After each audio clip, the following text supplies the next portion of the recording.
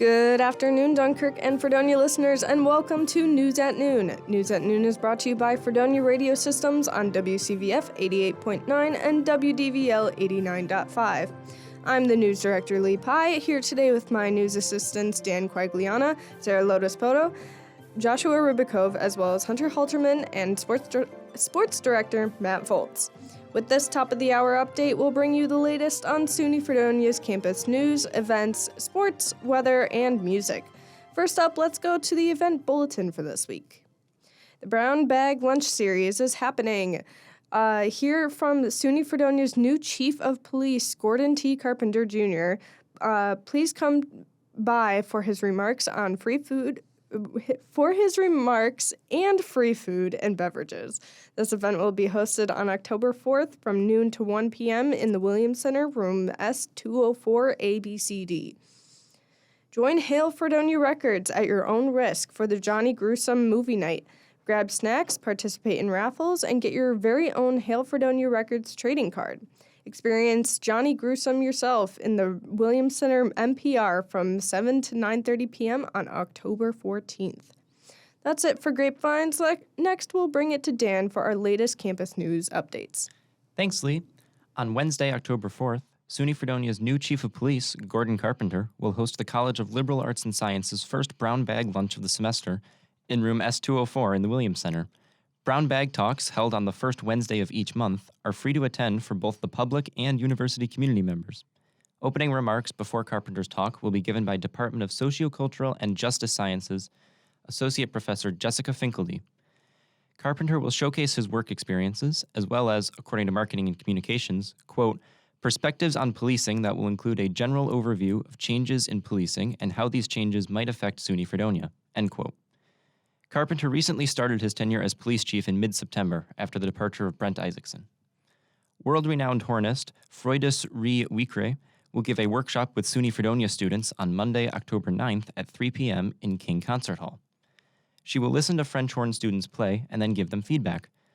Wiekre was recently appointed Knight of the First Class of the Royal Norwegian Order of St. Olav as a, quote, reward for excellent services to Norway and humanity, unquote.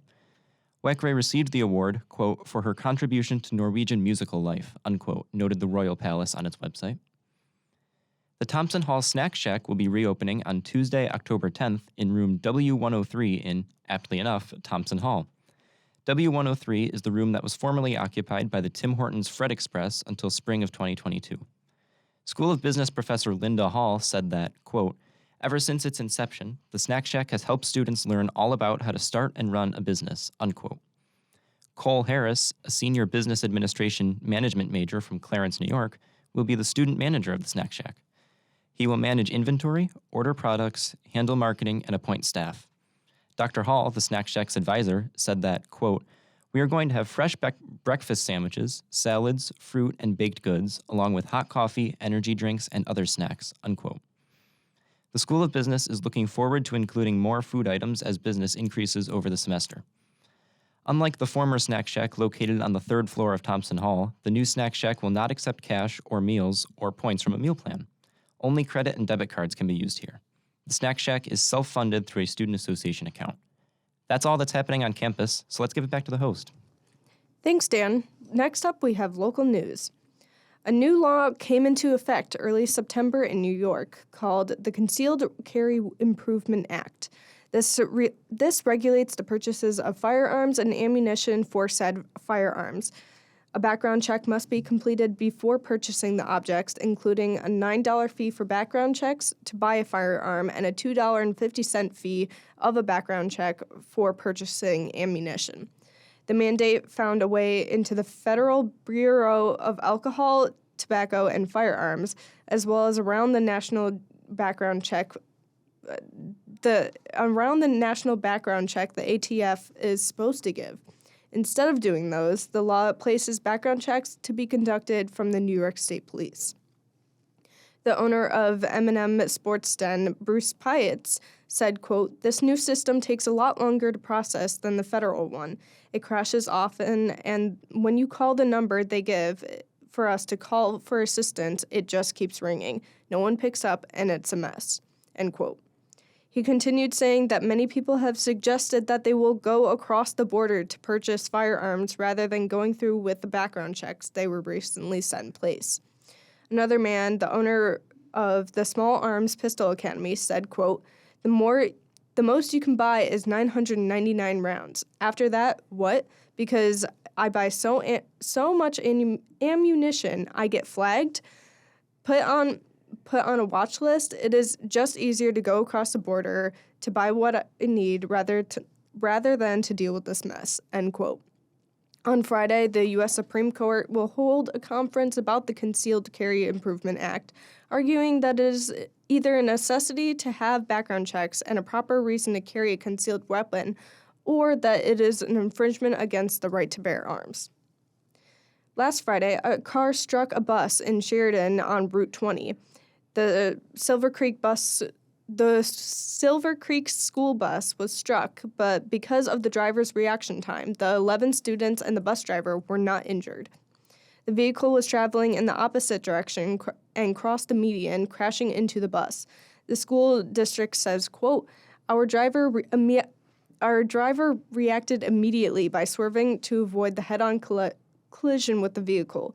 The district is grateful for our driver's quickness and reflexes to response to the situation, which likely avoided serious injuries to himself, our students, and the other driver.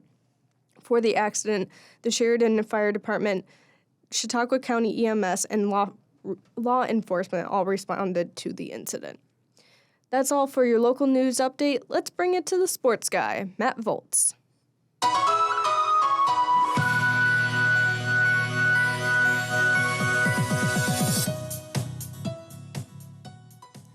Thanks, Lee. The men's and women's cross-country teams competed in the Cara Hall Memorial Invitational on Saturday. The Invitational, Fredonia's biggest in recent memory, was held in honor of former women's cross-country team captain Cara Hall, a 2017 graduate who was killed in 2020 at the age of 25 when she was hit by a car while out for a run. On Saturday, the women's team finished in 5th place with a total of 135 points. Sophomore Arden Brown was the team's top finisher, completing her 6-kilometer race in 26 minutes and 40 seconds, finishing 24th out of 69 runners. The men's team finished in 4th place out of 7 teams with 99 points. Senior Sembel Koshi was the team's top finisher, placing 9th out of 94 runners with an 8-kilometer time of 26 minutes and 55 seconds. The Blue Devils will travel to Houghton for their next meet on Saturday, October 7th. The volleyball team played in 2 home SUNYAC games over the weekend with mixed results. After falling to New Paltz 3-1 on Friday, the Blue Devils took down Oneonta 3-1 on Saturday for their 3rd win of the year.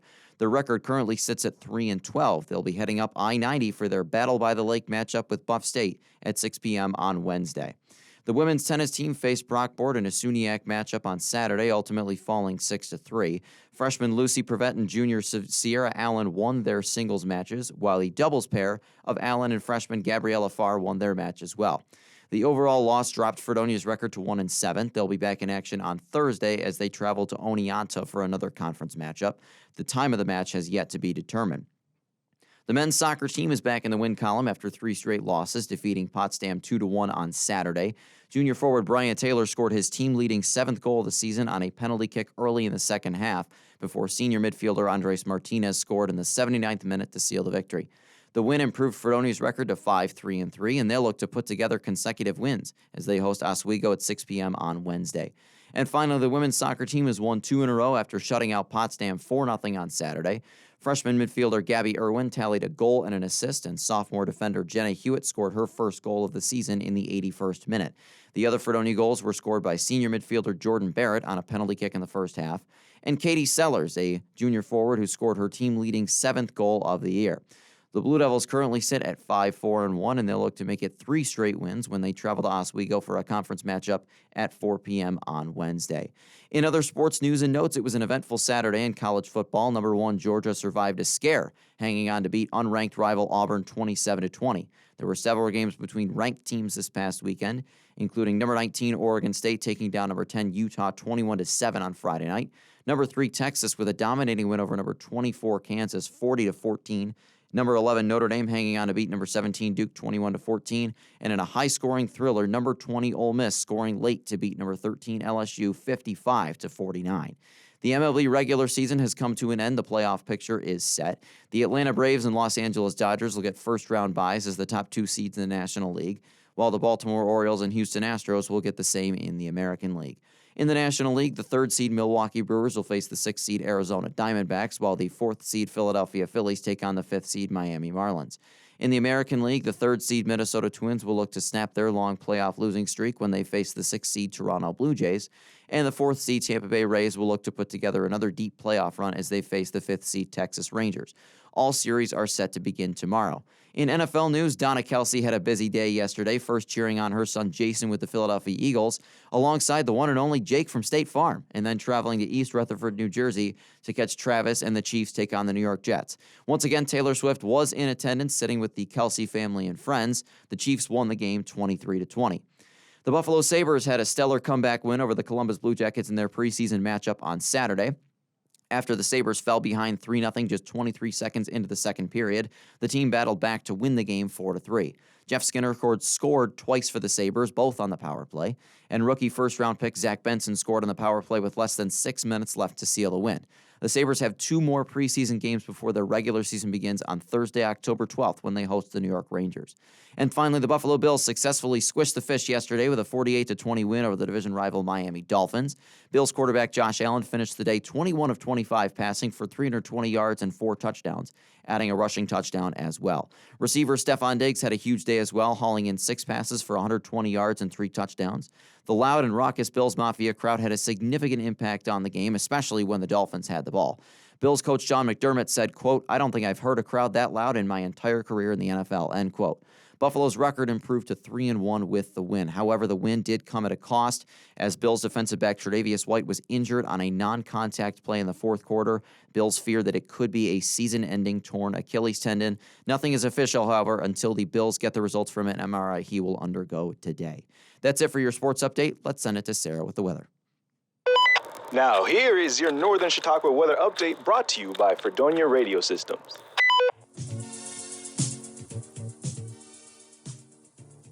Happy October. Y'all, can I just say I am so hyped to tell you about the weather we're having. Today is looking splendid with little clouds and a high of 77. However, we're still in the fall, so watch out for the strong autumn breeze this evening. At night, it cools off in the 60s and remains partly cloudy. Commuters, be careful in the morning fog on Tuesday.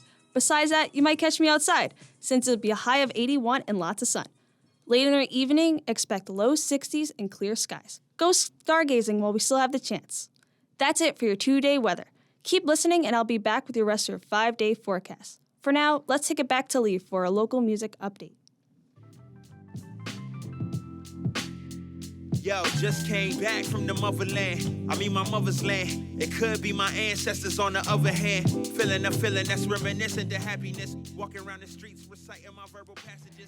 Last Call is hosting a concert next week at BJ's. We got Damone Tyrell, Mike Mile High Music, B Roller Casper, OG Soul, and Rodriguez. You can find them on October 12th at BJ's at 51 West Main Street, Fredonia. That's all I have for music this week. Let's bring it to Josh for national and international news.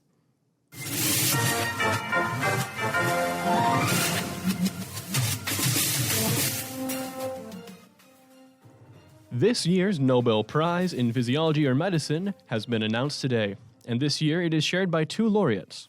The Nobel Assembly at the Karolinska Institutet awarded American Drew Weissman and Hungarian-born Katalin Karikó, quote, for their discoveries concerning nucleoside-based modifications that enabled the development of effective mRNA vaccines against COVID-19, end quote.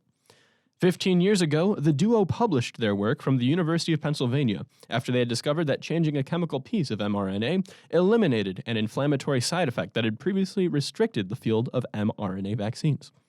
With their findings, Weissman and Karikó contributed to vaccine development at a record speed for one of the biggest health crises in modern times.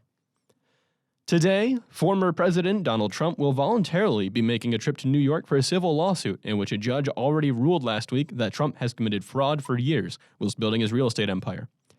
Yesterday night, Trump posted on his social media platform, Truth Social, stating, quote, "I'm going to court tomorrow to fight for my name and reputation," end quote.